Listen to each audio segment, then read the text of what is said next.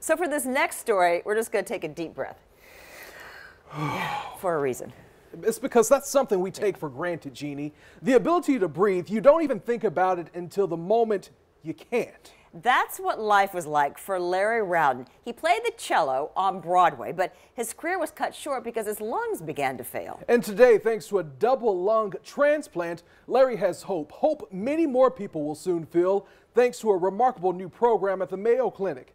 Our Juliette Dreyer introduces us to Larry and takes us inside the process. It sounds like a science fiction movie. Lungs outside of the body hooked up to a machine. From there, doctors run tests, see how they would work inside of a new body, or even treat the lungs to make them better candidates for transplant. Only a few centers in the country do this, and one of them will be right here on the First Coast at the Mayo Clinic. Larry Rowden lives in this moment, carried away by the tune from his harmonica. That's how you play a harmonica, you just breathe. Easier said than done. In fact, Rowden's harmonica hobby started like this. That's one breath. In 2002, Rowden started getting short of breath. It got worse, and he was diagnosed with idiopathic pulmonary fibrosis, a terminal lung disease. It's like a bucket of cold water in the face or something. Rowden's disease took him from New York to Jacksonville. He had his first lung transplant at Mayo in 2005. I still remember being able to take the first full, deep breath I'd been able to take in the previous 3 years. But 2 years later, his body rejected the new lung. Rowden was dying, and he knew it. He had a second surgery, a double lung transplant in 2008. The former Broadway cellist turned to the harmonica to strengthen his diaphragm and new lungs.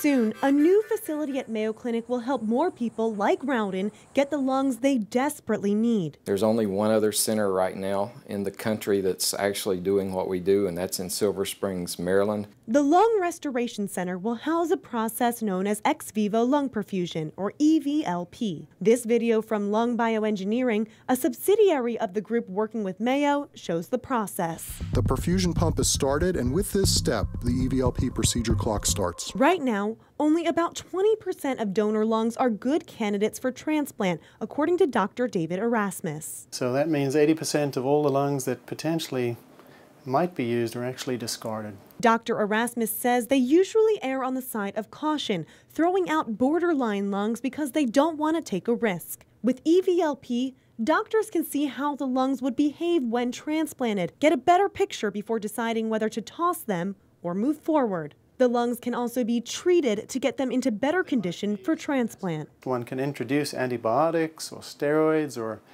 other types of therapies, such as potentially stem cell therapy. Since Mayo's program hasn't yet started, Erasmus says it's hard to predict how much transplant numbers would increase. But he says in a similar program, it was around 25%.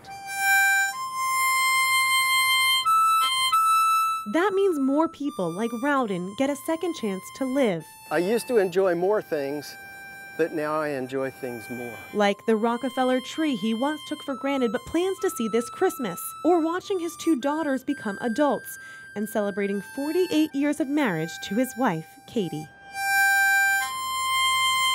And for anyone, but especially Rowden, that is amazing indeed.